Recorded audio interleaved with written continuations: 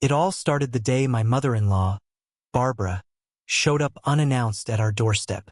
Her arrival was nothing out of the ordinary. She had always been the type to invite herself over without so much as a call. But this time, something about her demeanor was different.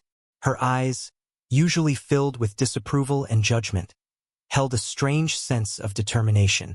I had barely opened the door when she barged past me, her large purse brushing against my arm as she made her way into the living room. My two children, Emily and Jake, were playing on the floor with their toys, their innocent laughter filling the air. Barbara's lips curled into a tight smile as she looked at them, but the warmth I wished for wasn't there.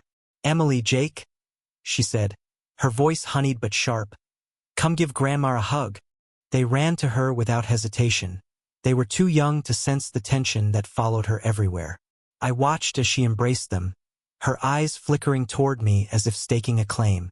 "Claire," she began, straightening up and smoothing her tailored coat. "We need to talk." I crossed my arms, bracing myself for whatever was coming. "Sure, Barbara. What's on your mind?" She didn't waste time. "I've been thinking about the children," she said, glancing back at Emily and Jake, who were now focused on their toys again. "They need structure, stability, and frankly, I'm not sure they're getting that with you." Her words hit me like a punch to the gut. Ist der Herr stunt? "Excuse me," Barbara sighed, as if I were a child who needed scolding. "Look, Claire, I know you're doing your best, but let's be honest. Raising children isn't exactly your strong suit. I mean, you're barely holding it together most days. Don't think I haven't noticed." I felt my face flush with anger. It was true that things had been difficult lately. My husband, Barbara's son, was working long hours and often traveling for his job. That left me to juggle everything: work, the kids, the house, all on my own. But I was managing. Maybe not perfectly, but I was managing. "Barbara," I said, trying to keep my voice steady, "I appreciate your concern, but I'm perfectly capable of taking care of my children." She raised an eyebrow, clearly unimpressed. "Are you? Because from where I'm standing, it doesn't look that way. Emily's been struggling in school, hasn't she? And Jake, well, I've seen how often he throws tantrums. Children need discipline, Claire. They need someone who knows what they're doing." Her words stung because there was some truth to them. Emily had been having a hard time adjusting to her new teacher, and Jake's tantrums had become more frequent since his father started traveling more. But that didn't mean I was failing as a mother. "I know my kids," I said firmly, "and I know what they need. They're going through a rough patch, but that's normal. They're adjusting, and so am I." Barbara shook her head, her expression one of exaggerated pity. "Claire, you're too proud to admit that you need help. But the truth is, those kids deserve better. And if you won't step up, someone else will." I stared at her, my heart racing. "What are you trying to say?" She met my gaze, her eyes cold and unyielding. "I'm saying that if things don't improve, I'll have no choice but to involve the courts. For the sake of the children." Her words hung in the air like a storm cloud, heavy and threatening. My breath caught in my throat as I tried to process what she had just said. Was she really threatening to take my kids away? "Are you serious right now?" I asked, my voice shaking. "Dead serious," she replied. "This isn't about you, Claire. It's about what's best for Emily and Jake. And if that means stepping in to ensure they have a stable environment, then so be it." I felt a surge of anger and fear rising within me, but I forced myself to stay calm. "Barbara, you have no right to interfere in how I raise my children. They're my kids, not yours." She smirked, a cruel glint in her eyes. "We'll see what the courts have to say about that." As she left that day, slamming the door behind her, I stood there trembling, my mind racing with 100 different thoughts. How had it come to this? What did she mean about involving the courts? And how far was she willing to go? I looked over at Emily and Jake, who were oblivious to the storm brewing around them. They were my everything, my reason for pushing through every challenge life threw at me.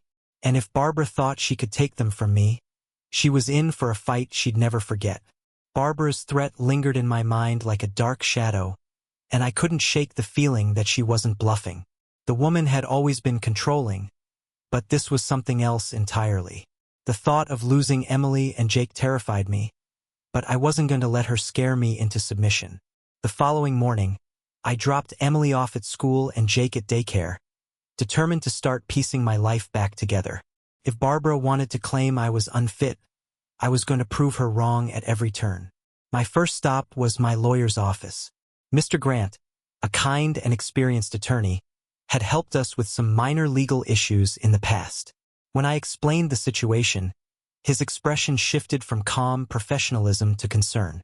"Claire," he began, leaning forward in his chair, "your mother-in-law doesn't have the legal grounds to take your children unless she can prove neglect or abuse. Have you ever faced any accusations like that before?" I shook my head vehemently. "Never. I've always done everything I can for my kids. But she's manipulative, and I wouldn't put it past her to twist the truth." Mr. Grant nodded, jotting down notes. "Unfortunately, people like her often thrive on creating chaos. We'll need to be proactive. Start documenting everything. Your interactions with her, your children's daily routines, their schoolwork, even their medical records. The more evidence we have to show you're a capable parent, the better." I left his office feeling slightly more prepared, but the weight of the situation still pressed heavily on my shoulders.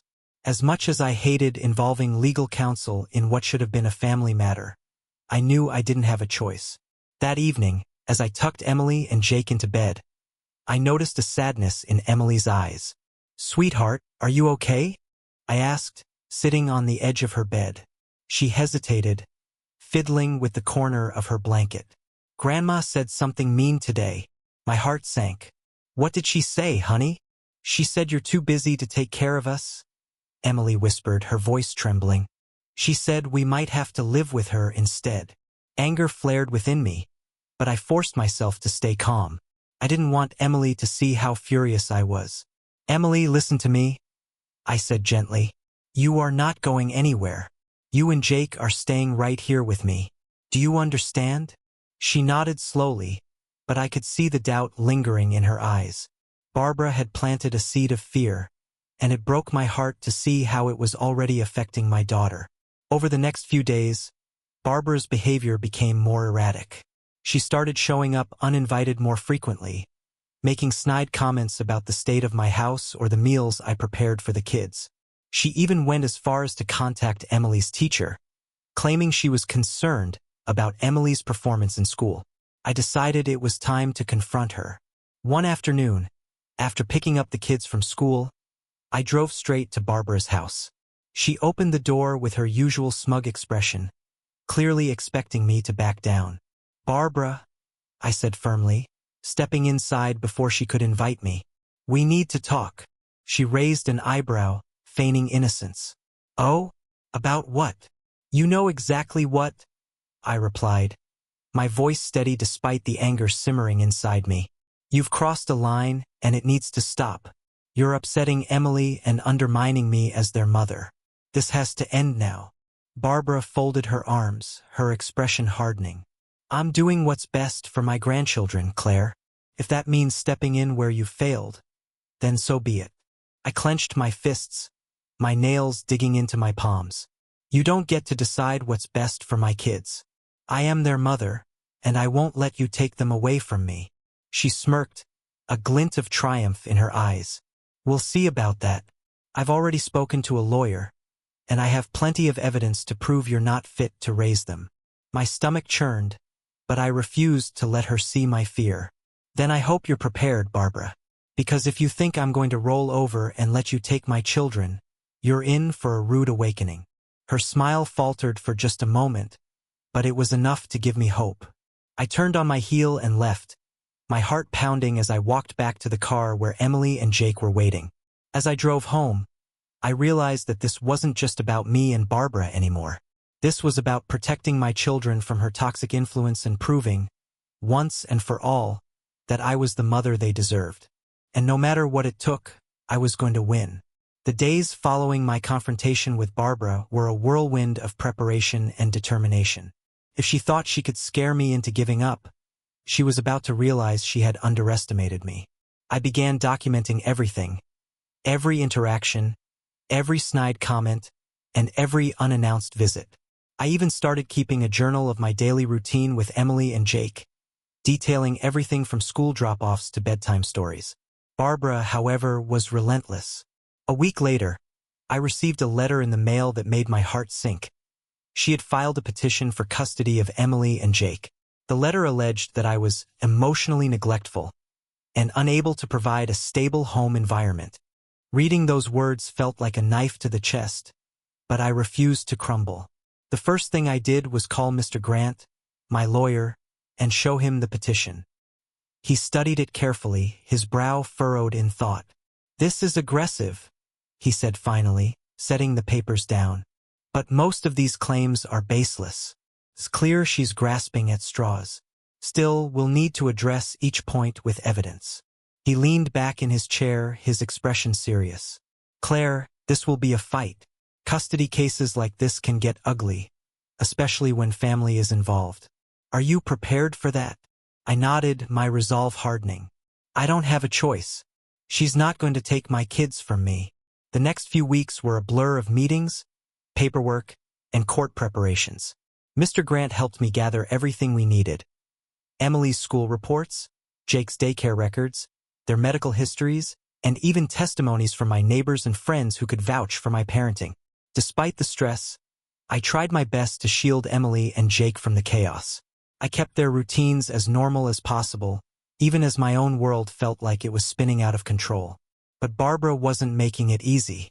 One evening, as I was helping Emily with her homework, my phone buzzed with a message from her teacher. "Hi Claire, just checking in." Barbara called again today asking about Emily's performance. She mentioned some concerns about her emotional well-being. "I thought you should know." My grip on the phone tightened. Barbara was clearly trying to build a case against me by sowing doubt in every corner of our lives. I immediately called the teacher and explained the situation, thanking her for keeping me informed. By the time the court date arrived, I was exhausted but ready. The courtroom was cold and intimidating, with its high ceilings and rows of benches. Barbara sat on the other side, her lawyer by her side and a self-satisfied smirk on her face. I tried to ignore her, focusing instead on my own lawyer and the stack of evidence we had prepared. The hearing began with Barbara's lawyer presenting their case. He painted a picture of me as an overwhelmed and incapable mother, citing Emily's struggles in school and Jake's tantrums as evidence of neglect. Barbara herself took the stand, her voice dripping with feigned concern as she talked about how much she loved her grandchildren and how she only wanted what was best for them. "She's a good person," Barbara said, glancing at me with fake sympathy. "But good intentions aren't enough when it comes to raising children. They need stability, and that's something I can provide." It took every ounce of self-control I had not to interrupt her. Instead, I focused on my breathing, reminding myself that my turn was coming. When it was time for my lawyer to present our case, Mr. Grant stood confidently and began dismantling every argument they had made. "Your Honor," he began, holding up a stack of papers.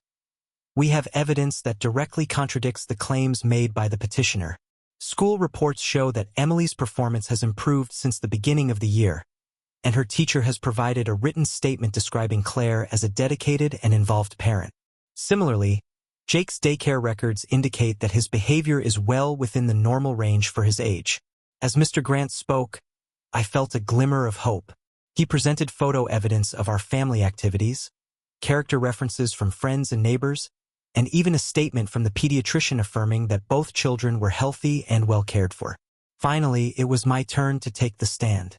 My hands trembled slightly as I was sworn in, but I forced myself to remain calm. "Claire," Mr. Grant began, his tone gentle but firm, "can you describe your daily routine with your children?" I nodded and began to explain, detailing everything from making breakfast to helping with homework and bedtime stories. I talked about Emily's favorite books and Jake's love for puzzles, painting a picture of the life I had worked so hard to build for them. "And how do you respond to the petitioner's claim that you are unfit to provide a stable home?" Mr. Grant asked. I took a deep breath, meeting the judge's gaze. "I love my children more than anything in the world," I said, my voice steady. I've done everything in my power to give them a happy, stable life. I'm not perfect, but no parent is. What matters is that I'm there for them every single day, and I always will be. As I stepped down from the stand, I caught a glimpse of Barbara's face. For the first time, her confidence seemed to falter. She shifted uncomfortably in her seat, her smirk replaced by a tight frown. The hearing ended, and the judge announced that a decision would be made soon. As I walked out of the courtroom, Emily and Jake's faces filled my mind. I had done everything I could. Now all I could do was wait. The days leading up to the judge's decision were some of the longest and most emotionally draining of my life. Every moment was filled with a mix of hope and dread. Barbara, in her typical fashion, didn't ease the tension. She sent veiled threats through mutual family members and even showed up at Emily's soccer game, making snide remarks loud enough for other parents to hear. "She's so tired these days," Barbara said to one of the mothers as I tried to focus on the game. "I just worry about how all this stress is affecting the kids." I ignored her, refusing to give her the satisfaction of a reaction. But inside, my anger boiled. I couldn't let her get to me. Not now, not when we were so close to the end. Despite my resolve, the anxiety began to take a toll. I found myself second-guessing everything. Was my house clean enough? Were the kids eating balanced meals? Every little thing felt like it might tip the scales, even though I knew deep down that I was doing my best. One evening, as I was tucking Emily into bed, she looked up at me with her big, curious eyes. "Mommy," she asked softly, "why does Grandma want us to live with her?" Her question hit me like a ton of bricks. I sat down beside her, brushing a strand of hair from her face. "Sweetheart," I said gently, "Grandma thinks she's helping, but she doesn't understand that you and Jake are happiest right here with me. And I'm doing everything I can to make sure you stay where you belong." Emily nodded, her expression thoughtful. "I don't want to live with Grandma. I want to stay with you." Her words filled me with both heartbreak and determination. "And you will?" I promised, kissing her forehead. "I won't let anything take you away from me." The next morning, I received a call from Mr. Grant. "Claire," he said, his tone unreadable, "the judge has made a decision. The ruling will be announced in court tomorrow." I felt a wave of nausea wash over me. Tomorrow. Everything we'd fought for over the past few months would come down to tomorrow. That night, I barely slept. I kept replaying the hearing in my mind, second-guessing every word I had said. Had I done enough? Had I presented myself as the capable mother I knew I was? When the morning came, I dressed carefully, choosing a simple but professional outfit. I made sure Emily and Jake were settled with a trusted neighbor before heading to the courthouse. Barbara was already there when I arrived, her expression smug and confident. She wore a tailored suit and a pearl necklace, clearly trying to present herself as the epitome of stability and class. I ignored her, focusing instead on Mr. Grant, who gave me a reassuring nod. The judge entered the courtroom, and everyone rose. My heart pounded as we sat back down, the weight of the moment pressing down on me like a heavy blanket. The judge, a stern but fair-looking woman, began by summarizing the case. She acknowledged the concerns raised by Barbara, but also highlighted the evidence we had presented in my favor. "This case," she said, her voice steady, "is ultimately about the well-being of the children.